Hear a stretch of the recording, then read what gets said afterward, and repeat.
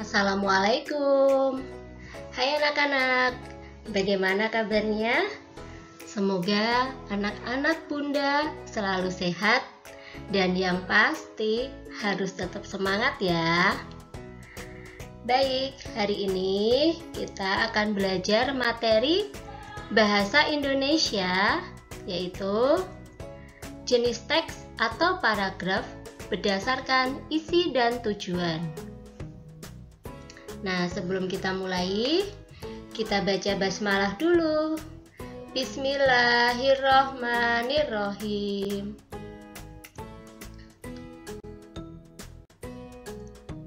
Sebuah teks atau bacaan terdiri dari beberapa paragraf.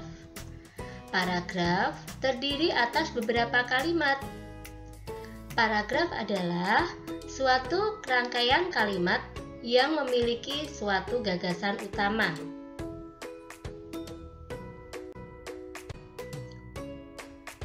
Isi antara sebuah paragraf dengan paragraf yang lain tentunya berbeda-beda. Ada yang isinya mengajak, menjelaskan, dan lainnya.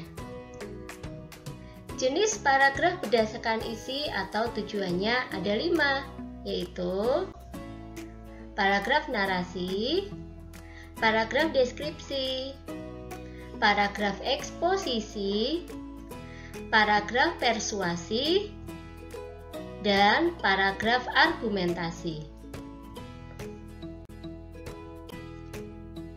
1. Paragraf narasi. Paragraf narasi adalah paragraf yang isinya menceritakan suatu peristiwa secara kronologis atau runtut. Tiap kalimat dalam paragraf narasi disusun secara runtut sesuai jalannya peristiwa atau alur cerita, sehingga pembaca bisa membayangkan kejadian atau peristiwa yang diceritakan oleh penulis.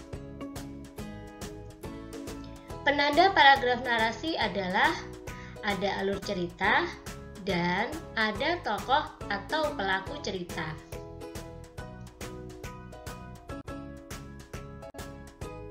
Baik, perhatikan contohnya ya. Nah, itu ada sebuah paragraf narasi. Perhatikan, ada alur ceritanya ya, ada jalan cerita dari ketika aku berangkat ke sekolah, lalu dia melihat temannya ya, penasaran mengikuti dari belakang ya. Nah, itu kan ada alur ceritanya. Ada rangkaian cerita. Lalu ada tokohnya. Jadi, ini termasuk paragraf narasi.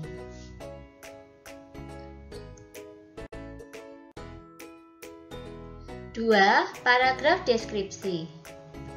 Paragraf deskripsi adalah paragraf yang menggambarkan sebuah objek atau benda secara rinci dan jelas. Penggambaran objek atau benda ditekankan dengan penggunaan panca indera, sehingga pembaca bisa membayangkan atau seolah-olah melihat, mendengar, atau merasakan hal atau objek tersebut. Perhatikan contohnya. Nah, ini mendeskripsikan tentang tempat tinggalnya ya, rumahnya luasnya 68 meter persegi, kemudian ada 3 kamar tidur, 1 kamar mandi, ada ruang tamu, ruang keluarga, ada dapur, kemudian ruang tidurnya di samping ruang tamu, lalu di belakang ada dapur, di tengah dapur ada meja makan. Nah, itu kan dideskripsikan. Jadi pembaca itu bisa membayangkan, seolah-olah bisa melihat bagaimana kondisi rumahnya.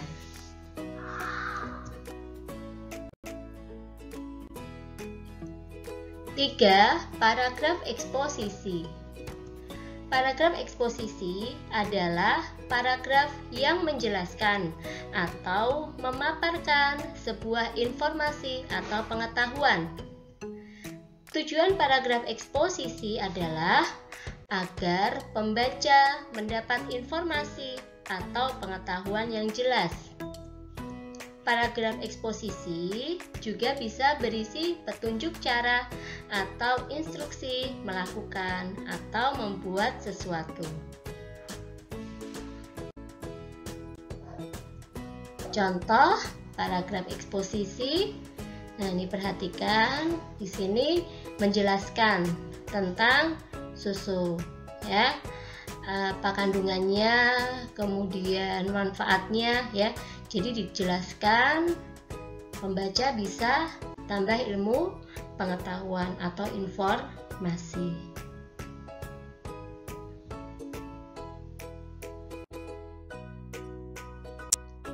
Empat, paragraf persuasi. Paragraf persuasi adalah paragraf yang bertujuan untuk mempengaruhi, mengajak, atau membujuk pembaca, sehingga pembaca akan mengikuti keinginan dari penulis. Dalam paragraf persuasi, biasanya ada kalimat ajakan yang diawali kata ayo atau mari.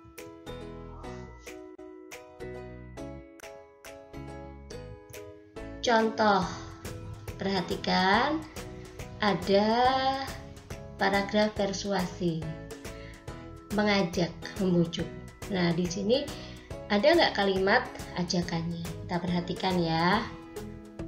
Nah, itu ada di kalimat terakhir, ada kata marilah kita bersama-sama membersihkan sampah yang berserakan.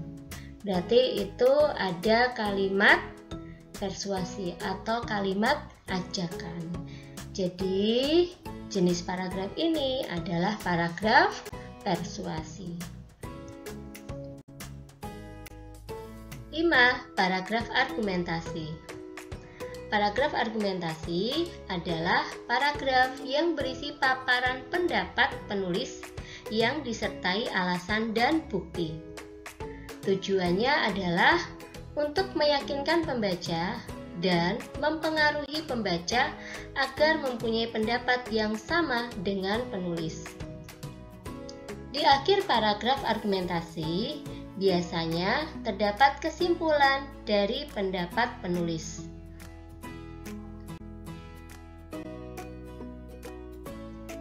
Kita perhatikan contohnya. Nah, itu tentang pencemaran lingkungan. Ya, dijelaskan pendapat penulis tentang pencemaran, ada fakta-faktanya, ada bukti-buktinya, ya, ada alasannya. Nah, itu merupakan paragraf argumentasi karena menjelaskan atau memaparkan pendapat penulis. Baik, nah sekarang kita latihan soal. Perhatikan, ada sebuah paragraf. Nah, kalian perhatikan, ini kira-kira termasuk jenis paragraf apa? Nah, ada kamarku mempunyai ukuran seperti itu, ya. Itu berarti menggambarkan kamarnya.